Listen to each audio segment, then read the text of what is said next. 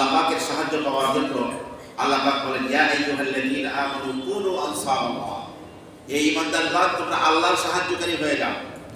আল্লাহর কি শক্তি কম নাকি সাহায্যকারী হতে হবে? আল্লাহর দ্বীনের সাহায্যকারী হয়ে যাও, আল্লাহর দ্বীনের প্রচারের কাজ তোমরা করো।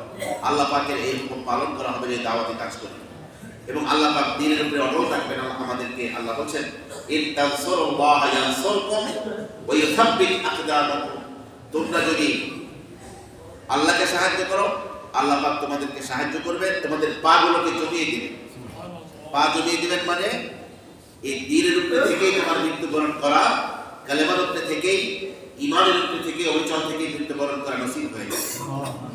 আমার প্রিয় ভাইরা, দাওয়াতি কাজ যদি আমরা করি, যারা করবো আমাদের আত্মশুদ্ধি হয়ে যাবে, এবং যেই ভাই বোনকে দাওয়াত দিব তাদেরও মন পরিচ্ছন্ন হয়ে যাবে, গুনাহ থেকে মুক্ত হয়ে যাবে।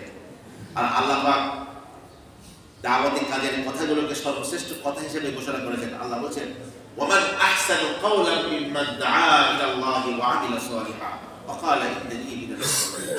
ওই ব্যক্তির থেকে শ্রেষ্ঠ কথা আর কার হতে পারে, সুন্দর কথা আর কার হতে পারে, যে বলে কি, যে ব্যক্তি আল্লাহর পথে দাওয়াত দেয় আর নিজেও নেক আমল করে। তাহলে দাওয়াতের কথা হলো পৃথিবীর সর্বশ্রেষ্ঠ কথা। আল্লাহ পাক পৃথিবীর সব মানুষকে তকদীর মধ্যে রয়েছে বলে আল্লাহ ঘোষণা করেছেন। শুধুমাত্র ওয়াল আসরি ইন্নাল ইনসানা লাফি খুসর ইল্লাল্লাযীনা আমানু ওয়া আমিলুস সালিহাত ওয়া তাওয়াসাউ বিল হক ওয়া তাওয়াসাউ বিস সাবর। সমস্ত মানুষ ক্ষতির মধ্যে, শুধুমাত্র যারা ঈমান এনেছে, নেক আমল করেছে, সত্যের উপদেশ একে অপরকে দিয়েছে, সবরের উপদেশ একে অপরকে দিয়েছে, এরা ক্ষতির বাইরে, এদের কোনো ক্ষতি হবে না। আমার প্রিয় ভাইরা, এইভাবে আমি যে কথা শুরুতেই বললাম যে মৃত্যুর পরে আপনার আমার সমস্ত আমল বন্ধ হয়ে যাবে। আর একবার সুবহানাল্লাহ বলতে পারবো না, আলহামদুলিল্লাহ বলতে পারবো না, আল্লাহু আকবার বলতে পারবো না, দুই রাকাত নামাজ পড়তে পারবো না, এক পারা কোরআন তেলাওয়াত করতে পারবো না, সব বন্ধ। মৃত্যু হয়ে গেছে মানে ব্যক্তিগত আমল সব। কিন্তু যে কাজগুলো দুনিয়ায় করে গিয়েছে সেই কাজগুলো যদি সাদকায়ে জারিয়া হয়ে থাকে, সাদকায়ে জারিয়া অনেক ধরনের আছে। একটা সাদকায়ে জারিয়া হলো একটা মসজিদ নির্মাণ করে যাওয়া। আমি মরে যাবো, মসজিদ তো আর মরে যাবে না। মসজিদে হাজার হাজার মুসল্লিরা নামাজ পড়তে থাকবে, আর আমি মসজিদের নির্মাতা হিসেবে আমার খবর সওয়াব পৌঁছতে থাকবে। আমি মাদ্রাসা করে গেলাম, যেখানে কোরআন হাদিসের চর্চা হবে, দ্বীনের চর্চা, এই সবক নিয়ে বাচ্চারা সারা পৃথিবীতে ছড়িয়ে পড়বে, আর আমি খবরে বসে বসে সব পাবো। একটা রাস্তা করে দিয়ে গেলাম, পথিকরা চলবে, একটা গাছ লাগিয়ে দিলাম যার থেকে মানুষ পাখি ফল খাবে, এগুলো সব সাদকায়ে জারিয়া। আর সবচেয়ে বড় সাদকায়ে জারিয়া হলো যে ব্যক্তি দ্বীনের উপরে ছিল না, আল্লাহর হুকুমের বাইরে চলতো, আপনি আমি মেহনত করার দ্বারা লোকটা দিনদার হয়ে গেল। শুধু দিনদার নিজেই হলো না, আরো 10 জনকে দিনদার বানালো। তা আমি মরে গেলাম তো এই সব মানুষগুলো একসাথে মরে যাবে না। 10 জন মানুষকে গোটা জীবন মেহনত করে দিনদার বানাতে পেরেছি। এই 10 জন মানুষের এই আমল করে যে সওয়াব পাবে, তাদের আমলের মধ্যে তাদের সব দাগ নিয়ে আল্লাহ পাক এক সওয়াবের ভাগ আপনার আমার খবরে আল্লাহ পাক পৌঁছে দেন। সুবহানাল্লাহ। আমার প্রিয় ভাইরা, এইভাবে আল্লাহ পাকের কাছে সবচেয়ে প্রিয় কাজ, আল্লাহর প্রিয় বান্দা হওয়া যাবে যে দাওয়াতি কাজ করি। আল্লাহ নবী বলেছেন আহাব্বুন নাস ইলাল্লাহি আনফাউহুম, আল্লাহর নিকটে সবচেয়ে প্রিয় হলো ওই সকল মানুষ যারা মানুষকে সবচেয়ে বড় উপকার করে। আর সবচেয়ে বড় মানুষের উপকার হলো আল্লাহর সাথে সম্পর্ক নষ্ট হয়েছে, সেই সম্পর্ক যারা জুড়ে যায়, এর চেয়ে শ্রেষ্ঠ উপকার মানুষের জন্য আর কোনো কিছু হতে পারে না। আমার প্রিয় ভাইরা, আল্লাহ এবং ফেরেশতাদের দোয়া এবং আল্লাহ পাকের করুণা পাওয়ার জন্য দাওয়াতি কাজ অত্যন্ত শ্রেষ্ঠ একটি উপায়। রাসূল বলেছেন ইন্নাল্লাহা ওয়া মালাইকাতাহু, নিশ্চয়ই আল্লাহ পাক রহমত পাঠান। আল্লাহর ফেরেশতারা এমনকি পিপিলিকা তাদের গর্তে বসে এবং সমুদ্রের মধ্যে মাছ, ইউসাল্লুনা আলা মুআল্লিমিন নাসিল খায়রা, মানুষকে যারা ভালো কাজ শিখায়, আল্লাহ পাক তাদের এই প্রাণীগুলো তাদের জন্য দোয়া করতে থাকে। সুবহানাল্লাহ। আল্লাহ পাক রহমত পাঠান, আর এই প্রাণীগুলো একবার সমস্ত পশু পাখি পরিমাণ, পশু পাখি সমুদ্রের মাছ তাদের জন্য দোয়া করতে থাকে। আমার প্রিয় ভাইরা, রাসূল সাল্লাল্লাহু আলাইহি ওয়াসাল্লাম দোয়া করেছেন নাদ্দারাল্লাহু ইমরান, ওই ব্যক্তির চেহারা আল্লাহ তাআলা সবুজ শ্যামল করুন যে ব্যক্তি আমার থেকে হাদিসকে জানাতে শুনেছে, ফাহাফিজাহু, সেটাকে মুখস্থ করেছে, হাত্তা ইউবাল্লিগুহু গায়রাহু, অপরকে সেই হাদিস পৌঁছে দিয়েছে। অর্থাৎ আল্লাহ পাক চেহারা সুন্দর করুন মানে তার অবস্থা ভালো করুন, রাসূল সাল্লাল্লাহু আলাইহি ওয়াসাল্লামের এই দোয়া আমরা লাভ করতে পারব। সর্বোপরি এর দ্বারা মানুষকে জাহান্নামের আগুন থেকে বাঁচাবার জরিয়া হয়ে যাবে।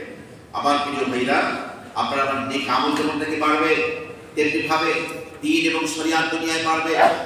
যখন মানুষ দ্বীন এবং শরিয়াতকে ছেড়ে দেবে, আস্তে আস্তে কুফরের দিকে যাবে, আল্লাহ দুনিয়াকে রাখবেন না।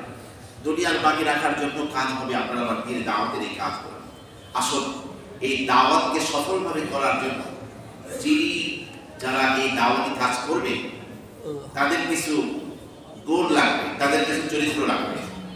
সেটা নিয়ে কথা বলছি আমরা। সিফাতুদ দুআ, যারা আল্লাহর পথের মুবাল্লিগ, আল্লাহর পথের দায়ী, তাদের কিছু সিফাত লাগবে, তাদের কিছু গুণ লাগবে। তার মধ্যে এক নম্বর গুণ হলো কুওয়াতুস সিলাতি বিল্লাহ, অর্থাৎ আল্লাহর সাথে সম্পর্ককে মজবুত করা।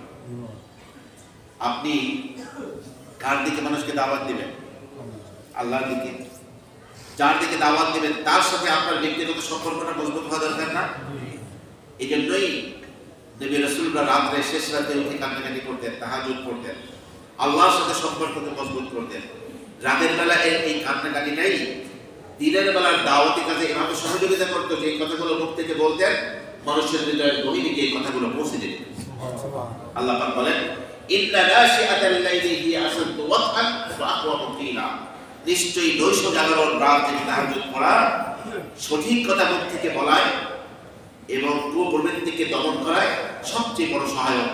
যারা রাতের বেলা চোখের পানি ঝরান আল্লাহর কাছে, দিনের বেলা ওই চোখ দিয়ে ওই শরীর দিয়ে কোনো গুনাহের কাজ তারা করান।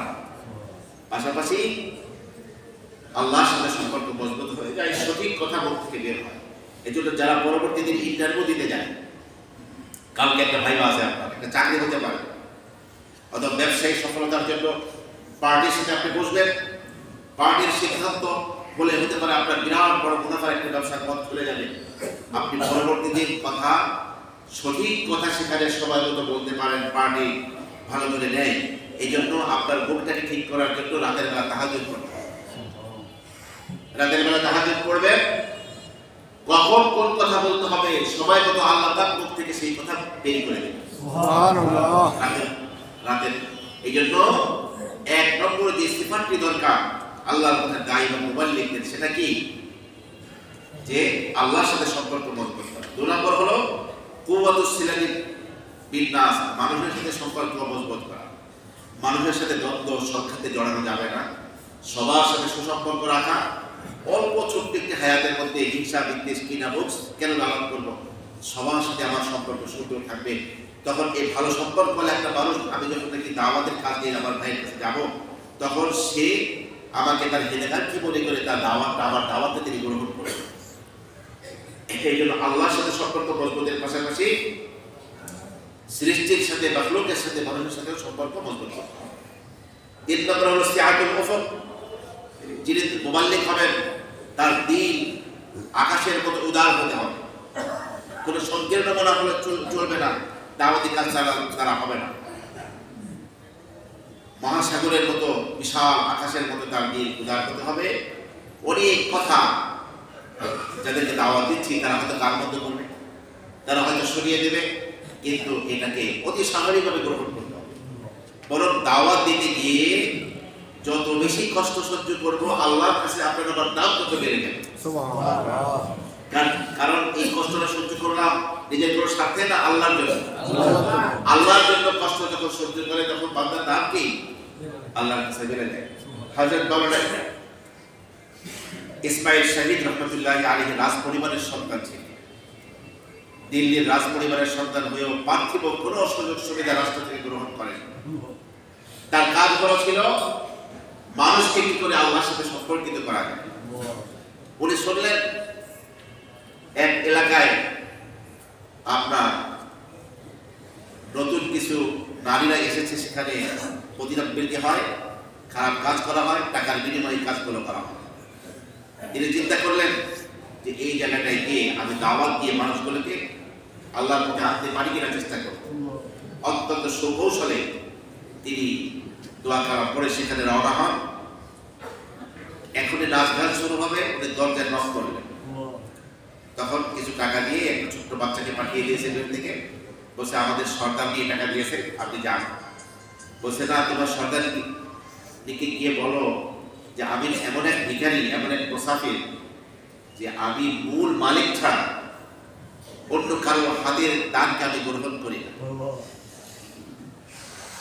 তখন বাচ্চাটি টাকা ফেরত দিয়ে গিয়ে বলছে যে আপনার টাকা আপনাকে দিতে হবে, সে আমার দ্বারা গ্রহণ করছে না। বলছে ঠিক আছে, জলদি করে ডাকো, কোন ফেরত আইলো আবার। যখন টাকা দিতে গেছে বলছে দেন, তিনি বলছেন যে আমি আবার এমন ফকির, এমন মুসাফির যে আমার কিছুর কথা না শোনাইয়া আমি দান গ্রহণ করি না। তখন বলছে ঠিক আছে, কি কথা শোনাবেন কর। সর্দারনি কথা শুনছে, পাশাপাশি অন্য মেয়েরাও এসে গিয়েছে। তিনি চক্ষু বন্ধ করে একেবারে প্রথমে দাওয়াতে কিছু কথাবার্তা বলতেছেন, ওরা হাসাহাসি করতেছে, কিন্তু কথাগুলো বলতেছেন দিনের মধ্যে উম্মতের প্রতি বড় দরদ দিয়ে, যে এরা যদি এই খারাপ কাজের এই অপবিত্র অবস্থায় আল্লাহর কাছে চলে যায়, কত কঠিন শাস্তি জাহান্নামে হবে। আল্লাহ তুমি আমার এই মুখের কথাগুলো ওদের দিলের মধ্যে ভাবে তাসির করাও, যাতে করে খারাপ থেকে ওরা বেঁচে যায়।